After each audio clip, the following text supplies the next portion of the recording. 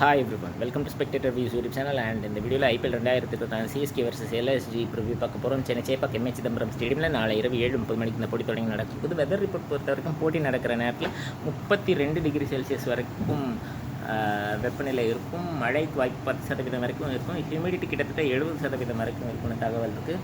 காற்றினுடைய வேகம் 20 கிலோமீட்டர் வரைக்கும் இருக்கும் அப்படின்னு தகவல் இருக்குது. அண்ட் பாயிண்ட்ஸ் டேபிள் பொறுத்த வரைக்கும் சிஎஸ்கே 4வது இடத்துலையும் எல்எஸ்ஜி 5வது இடத்துலையும் இருக்காங்க. நெட் ரன் ரேட் அடிப்படையில் 2 அணிகளும் 7 போட்டிகளில் 4 வெற்றி 3 தோல்வி.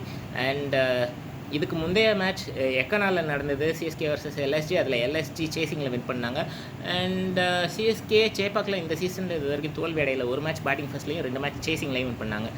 அண்ட் டாஸ் வின் பண்ணுற டீம் நாளைக்கு மேட்ச் பொறுத்த வரைக்கும் பேட்டிங் ஃபஸ்ட்டு ப்ரிஃபர் பண்ணுறதுக்கு நிறைய வாய்ப்பு இருக்குது. டியூ எக்ஸ்பெக்ட் பண்ணல அப்படின்னா, பிகாஸ் போன மேட்சுடைய ப்ரிவ்யூவில் நான் சொன்னது என்னென்னா எல்எஸ்டி பொறுத்த வரைக்கும் 170க்கு மேலே டார்கெட் சேஸ் பண்ணி வின் பண்ண மாட்டாங்க அப்படின்னு சொல்லியிருந்தேன். பட் இந்த சீசன் இது வரைக்கும் பார்த்தீங்கன்னா போன மேட்ச் பொறுத்த வரைக்கும் பார்த்தீங்கன்னா 2 அணிகளுமே பேட்டிங்கில் ரொம்ப ஸ்ட்ராங்காக இருக்காங்க. அப்படிங்கும்போது டாஸ் வின் பண்ணுற கேப்டன் டியூ பற்றி எக்ஸ்பெக்ட் பண்ணல அப்படின்னா 190லேருந்து 200 வரைக்கும் டார்கெட் செட் பண்ணுறது நல்ல விஷயமா இருக்கும் அப்படின்னு நான் நினைக்கிறேன் பேட்டிங் ஃபஸ்ட் பண்ணுற டீமுக்கு.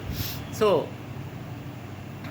2 அணிகளும் சரி செய்ய வேண்டிய விஷயங்கள் அப்படின்னு பார்க்கும்போது எல்எஸ்டி பொறுத்த வரைக்கும் வின் பண்ண டீம் அப்படிங்கிறதுனால பெருசாக அவங்களுக்கு கவலைகள் இல்லை.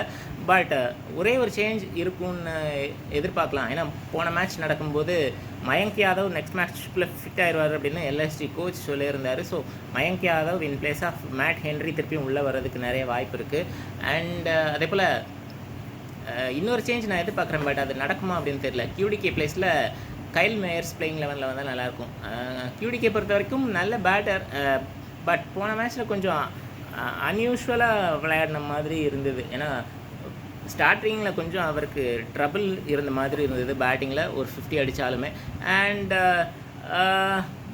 அவரை ஃபீல்டிங் பண்ண வைக்கிறாங்க, கீப்பிங் பண்ண வைக்காமல். ஸோ கேட்சஸ் நல்லா பிடிச்சாலும் அவர் கிரவுண்ட் ஃபீல்டிங்கில் எந்த அளவுக்கு பண்ணுவார் அப்படின்றது தெரில. ஸோ கைல் மேயர்ஸ் பொறுத்த வரைக்கும் நல்ல ஒரு hard hitting batter. And bowling right arm medium bowler. எந்த இடத்துலையும் அவரால் போலிங் பண்ண முடியும், ஃபீல்டிங்கும் நல்லா பண்ண முடியும். ஸோ அதனால் கைல் மேயர்ஸ்க்கு ஒரு வாய்ப்பு கொடுக்கலாம் கியூடிகே பிளேஸில் அப்படின்னு நான் நினைக்கிறேன்.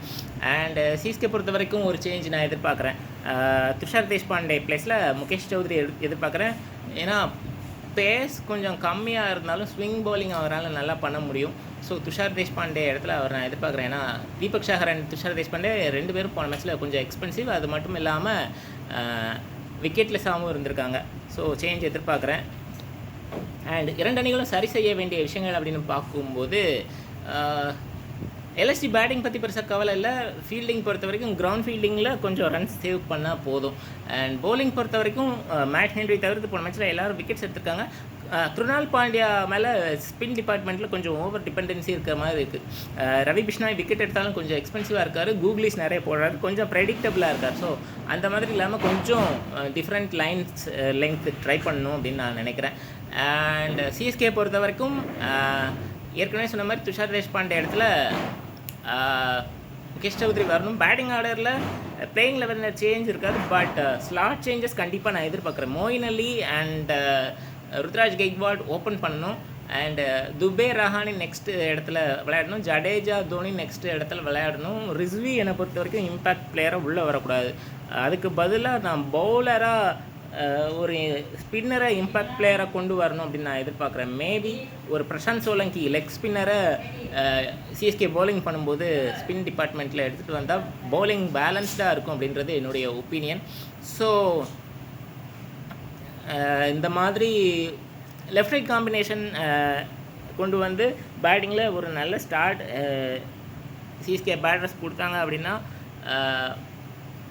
நல்லாயிருக்கும். அண்ட் பவுலிங் பொறுத்த வரைக்கும் முஸ்டபிசூர் அண்ட் பத்ரானா இந்த முறை பவர் பிளேயில் ட்ரை பண்ணால் நல்லாயிருக்கும் அப்படின்னு நான் நினைக்கிறேன். ஏன்னா பவர் பிளேயில் போன மேட்ச்சில் பார்த்தீங்கன்னா Tushar Deshpande and I think Deepak Sagar 2 பேருமே விக்கெட்லெஸ்ஸாகவும் எக்ஸ்பென்சிவாகவும் இருந்தாங்கன்னு நினைக்கிறேன். ஸோ தீபக் சாகர் மேபி கொஞ்சம் டிஃப்ரெண்ட்டாக மிடில் ஆர்டரில் ட்ரை பண்ணலான்னு நினைக்கிறேன். மிடில் ஆர்டரில் அவரை அதிகமாக பார்த்ததில்லை. பட் ஸ்டில் வேறு வழி இல்லை இப்போதைக்கு. பட் ஸ்லாக் ஓவருக்குள்ளே அவரை ஓவர் முடித்தா தான் நல்லது. ஏன்னா ஸ்லாக் ஓவர்ஸில் ரொம்ப எக்ஸ்பென்சிவாக இருந்திருக்காரு கடந்த காலத்தில். ஸோ மற்றபடி பார்த்தீங்கன்னா கிரவுண்ட் ஃபீல்டிங்கில் கொஞ்சம் ரன் சேவ் பண்ணணும். இதெல்லாம் சிஎஸ்கே சரி செய்ய வேண்டிய விஷயங்கள்.